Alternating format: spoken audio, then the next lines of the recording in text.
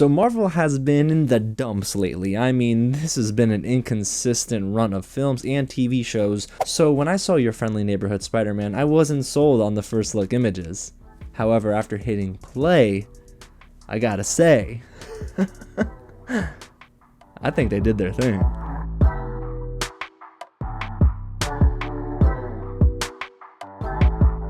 What's going on, you guys? James here with another real review of Your Friendly Neighborhood Spider-Man, the very first season, which has already been greenlit for not just season 2, but season 3. And season 2 is almost done. Crazy. But I'm so excited to dive into my thoughts on all 10 episodes. A huge thank you to Disney Plus and their team for getting me those episodes early for a review. And you bet your bottom dollar I'm wearing my exclusive New York Comic Con 2024 Friendly Neighborhood, but can't even say it properly, Your Friendly Neighborhood Spider-Man pin. It's a mouthful. Now, before we get into my review, if it is your first time here at the channel and you love TV and movies just like me, go ahead and hit the big red button below, subscribe to the channel, you're in the right spot, so tap on that bell and like this video, guys, and let me know down below in the comments what you think of Your Friendly Neighborhood Spider-Man, because the review embargo, it lifts at the time of you watching this review, which also means it hits Disney Plus, because the release date is, thankfully for most fans, at a time where we can sort of digest everything. I think they're releasing the first 2 episodes on January 29th. So it's not on like a Friday night at an awkward time. You got some time to spend with these 2 episodes. But I've seen all 10, so let's get into Your Friendly Neighborhood Spider-Man and what it's all about. The showrunner and head writer for the series is Jeff Trammell. He did his thing with this show, y'all. And the cast is starring Hudson Thames as Peter Parker and Spider-Man, the voice of Kari Wahlgren as Aunt May. You have Colman, Domingo, the legend himself, voicing Norman Osborn, and even Grace Song, who voices Nico Minoru, which is Peter's best friend in high school. And I wish I could tell you, yeah, this has a TV rating. It doesn't yet. I don't even know it because I'm recording this before, of course, it drops on Disney Plus. But if I had to rate it, it probably would be like a TV Y7, not like a TV 14 yet. And it's because of the light to moderate swearing and inferences to heavier swearing. They also have like demonic imagery and maybe some suggestive themes that you probably might want to just, you know, sort of watch the series first and see if it's appropriate for your kid. But I wouldn't say it's kid friendly. So parents, of course, go in with that knowledge. We'll talk more about all of that in just a little bit. But if you don't know what this is about, I mean, this is just an alternate take on his freshman year in high school. I believe it's his freshman year in high school. But Your Friendly Neighborhood Spider-Man is an animated series that follows Peter Parker on his way to becoming a hero, with a journey unlike anything we've seen before and a style that celebrates the character's early comic book roots. And I'm not lying to y'all, there are some cool comic book vibes going on here. And that's one of the many things I loved about this season of television. So let's get into my positives now, guys. I mean, I'm a huge Spider-Man fan. That is my favorite superhero of all time, and I was arachnophobic. I'm not anymore, glory to God. But this series works for me, due in large part because it made me feel like a kid again on Saturday mornings watching Spider-Man, and I love that. After seeing the first look images for this series, I was not sold, and I thought the animation would destroy my enjoyment of this show, but instead, the inverse happened. The animation is what helps set this show apart. I love how stylized it is. You know, there's like really cool instances where you can tell this is almost stripped straight from a comic book. And sometimes I know people are going to clown on it. The characters aren't moving in the background, but when you read a comic book, no one's moving, okay? So I'm giving them grace. I think that was intentional. And I love how smooth everything looks. I mean, the way it's shaded, the thick black outlines on characters, it just works so well for me, and I'm only gonna imagine it's gonna work for you too if that's what you're looking for. It's a fresh take, right? It's not something we've seen before, and that's what I think we needed. There are many instances where scenes are transitioning from one location to another, or it's just reactions from our characters, and these panels come up and there are side-by-sides, and it's so darn cool, guys. I mean, it's so fresh. And then the web-slinging sequences, of course, any good Spider-Man property needs to have good web-slinging sequences, and man, Spider-Man looks good in this, guys. The way he's swinging from building to building, it just never misses a beat for me. I didn't feel like, oh man, it could be more intense here. No, the swelling music in the background. It's so playful, but I felt like I was going on this journey with Peter Parker, and it's due in large part to the fact that the animation is so sleek. The attention to detail is so good here, and the animation just continued to grow on me from episode to episode that by the end, I thought, man, I wish we could get more series just like this. And when it comes to the story elements, I really enjoyed the alternate takes on Peter Parker's freshman year. I mean, when he first steps into the halls in high school in The Amazing Spider-Man, we're used to that. We're used to Tobey Maguire's Peter Parker. It's just all so overdone at this point, but this is different. At first I was nervous. I'm like, oh my gosh, they're really doing this. We've seen this. And then we do a 3 months later after he's been bitten. And it just, wow, there are so many cool instances where I was surprised that, wow, that character said this character did that. It's not what I'm used to, but in a good way. The series establishes very early on that this will have multiversal elements. So if you don't like that, I'm sorry, it's happening in this series. But you don't have to have watched every Marvel Cinematic Universe film before this one to understand it. But it does help to have that general knowledge, because they do make some references. You start to see certain things, hear certain things, and you're like, oh man, I remember when they did that in that universe, because this is not the same universe, guys. What is it, Earth? I can't remember the Earth number, but I will say this is a cool take on Peter's story. And then I like the fact that the spider that bites Peter is from a different multiverse. It's so cool, guys. It's so different.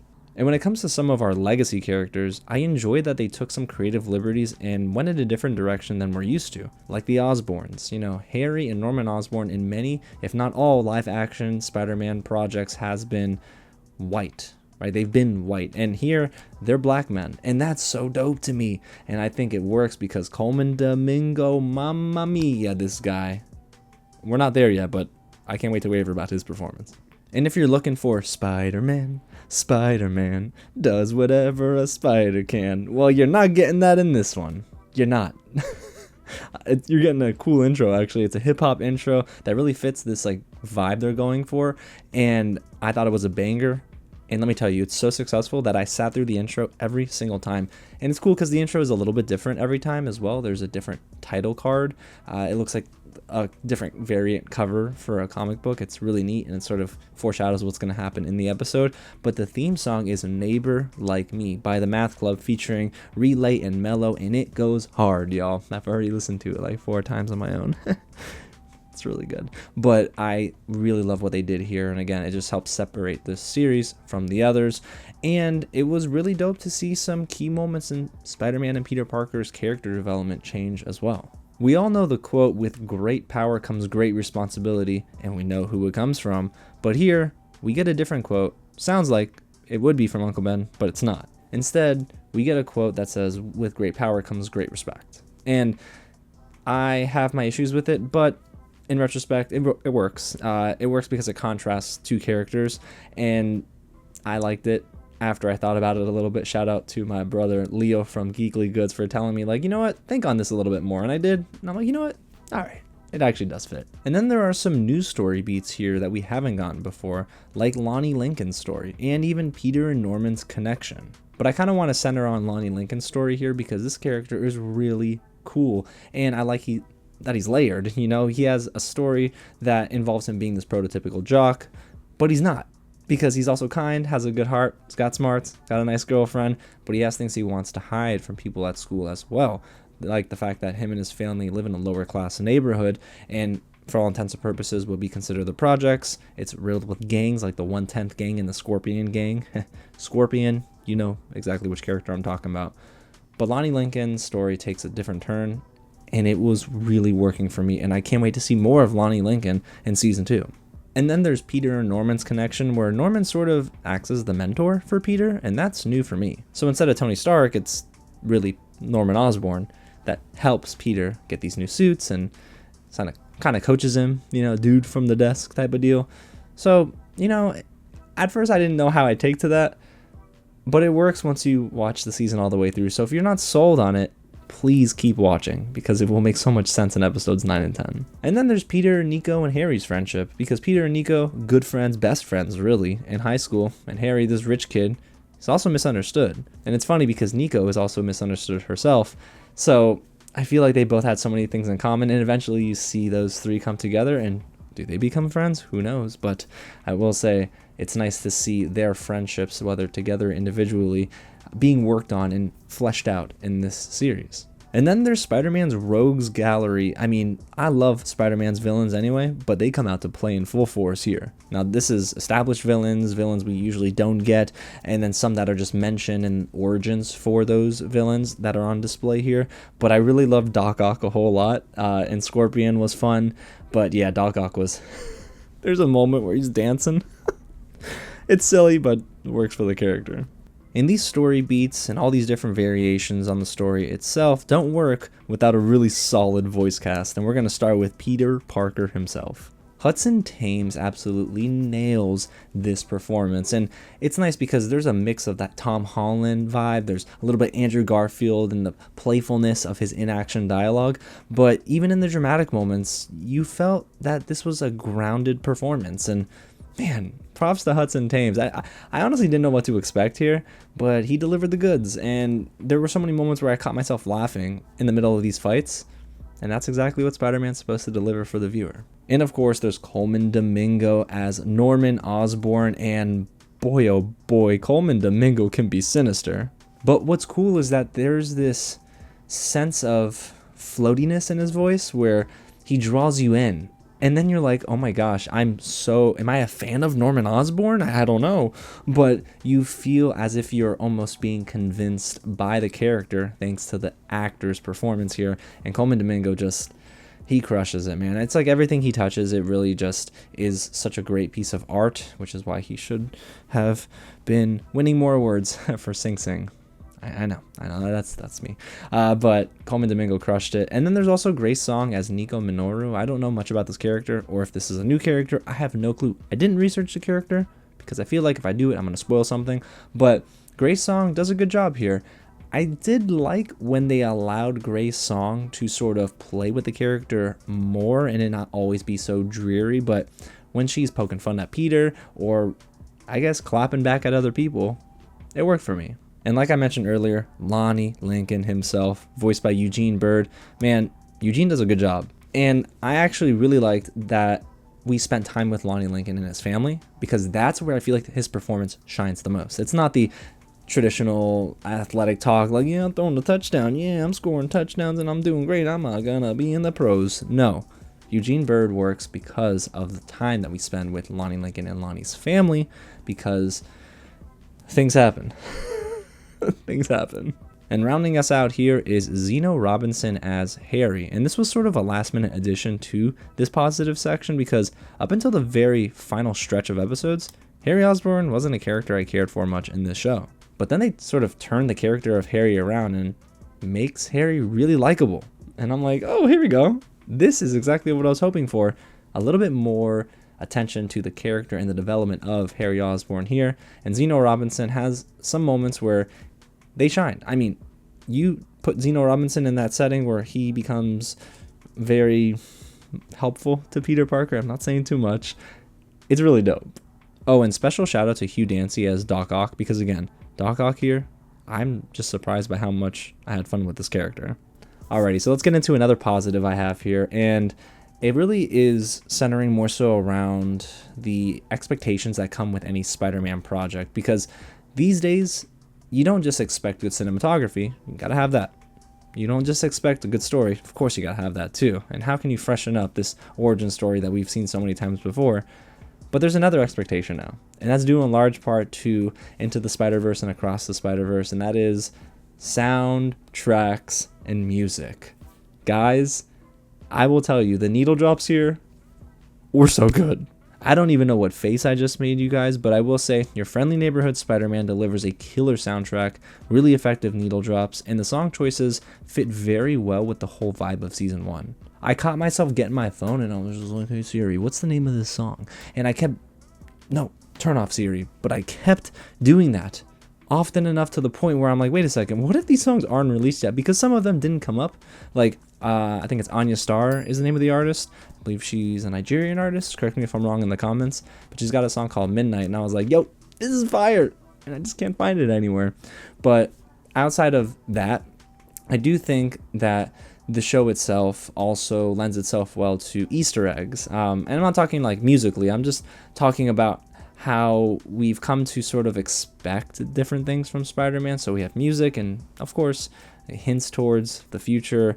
No Way Home had a ton of Easter eggs, and now we find more Easter eggs in Your Friendly Neighborhood Spider-Man, and some characters who make appearances, and I'm like, did not think that they would do that in the show. Alrighty, so for as much as I'm raving about this series, Your Friendly Neighborhood Spider-Man does have some negatives that I do want to address because the show isn't all the way perfect through and through. And I do want to talk about the animation. I know it's weird to say that because I was just raving about how good it is, but it's not great at times. I do think there are some inconsistencies in the animation, especially with the facial expressions. There were many moments, especially with Norman Osborn, where Colman Domingo's delivering some cool lines, sinister lines, but the expressions on the face of the character were not lining up. And that goes with some other characters as well. And I thought, okay, maybe I can excuse it sometimes, but then it happened enough to where I thought, maybe we gotta make his eyebrows or her eyebrows arch a little bit more, some more life and emotion in these faces. It didn't happen as much as I would have rathered it happened. I would have preferred that every moment where someone is crying or in peril, you would see that. You get that sometimes, but not all the time. And I don't know if that's good enough. I do think that hopefully they'll address that in season 2 or season 3. But yeah, there were some choppy bits too, even in the fighting sequences, especially during the second half of the season. I think that most of the weaknesses of this show present themselves and are brought to the surface in the second half of the season. That's where I noticed these choppy bits of animation too, where characters are sliding across the ground and it's like pixel, or maybe it's just like delay or ghosting effect, and I'm like, is this my screener copy? Or is this how it's going to look on Disney Plus? And I also can't tell you I was vibing with some of the elements of this show. And this is where I want to get into the swearing and, some of the imagery. So let's start with the swearing. I am shocked that they actually said some of the words they said here, because Spider-Man, no matter what, is going to be what many would consider to be a family-friendly hero and IP. And of course, sometimes that changes. There's levels that you sort of come to expect with the character, like Gwen Stacy falling down the clock tower and the back breaking. That's tough to watch. But this show seemed very light, especially when it came to the trailers, and something that the whole family could watch. I don't think that's the case though. Like if you have a kid under the age of 15, maybe like 14 possibly, you're gonna want to maybe screen this a little. I think at that age, if they're okay with some swearing, that's fine. But when I become a parent, and I will, of course, will watch the stuff before I show it to my kid, but there are some elements here I could not get into. So outside of the swearing, there was also some demonic imagery on display and witchcraft elements, and that was really weird. It comes from one character, but I can't say who that character is. I will say, though, all of that happens in episode 6, which just so happened to be like the worst episode of the season for those reasons, and also for other reasons of the story. So I can vibe with those personally. I was rebuking it in Jesus' name. But outside of that, we don't get many of those instances, which is fine. But yeah, so I will say some of the imagery is kind of strong, surprisingly, and I don't know if it was too necessary. And even though I did like some of the alternate takes on what we otherwise know to come from Spider-Man and his story, not all of the alternate takes on his dialogue and some of the dialogue given to him worked for me. Okay, let me put it like this. You all know the line. With great power comes... If you said great responsibility, you would be very shocked that in this series, it's not that. It's with great power comes great respect. At first, again, I didn't love it, but I grew to like it just fine. So I thought, okay, that's the last of that we'll get. But when it comes to Harry Osborn, he has a line, go get him, Tiger. Isn't that? Nah, right? You think I'm bluffing. No, I'm serious. The man says it to Peter Parker. It's really weird, oddly placed. I didn't think it worked too well for me. So sometimes, I don't want to be the old man yelling at the clouds, but some things in Spider-Man lore you just don't touch. And I think the Go Get 'em Tiger was one of those things that I'm like, all right, that kind of put me over. Stop it. But overall, you guys, after considering all the positives and even the negatives, I gotta say, Your Friendly Neighborhood Spider-Man is a huge win for Marvel Animation and fans of Spider-Man. The story beats were consistent for the most part. I really loved a lot of the dialogue, character development, and the animation itself was pretty darn beautiful.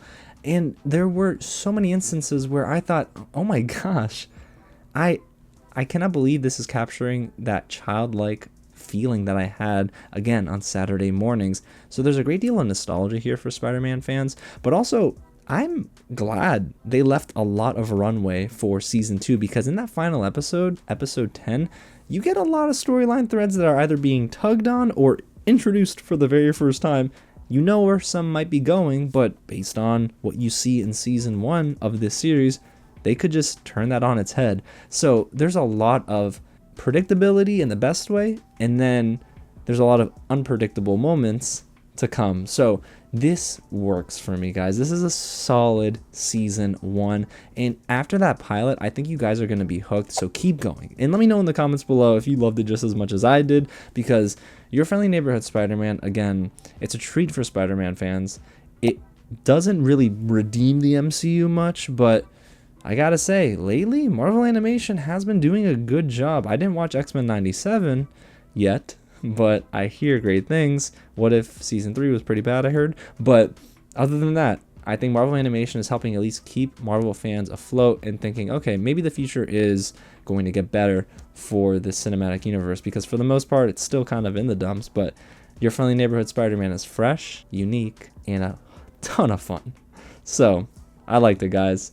Thanks again so much for watching, and if you haven't already, hit the big red button below. Subscribe to the channel, guys. We got more movies and TV to talk about this year, and I can't wait to get into even more topics to discuss here on the channel. And hey, guys, again, Season 2 is on the way, we know it, so I can't wait to sit down and talk about that. Who knows, maybe next year, this time. Alrighty, y'all. Thanks again so much for watching. God bless you guys, and I'll catch you at the next screening.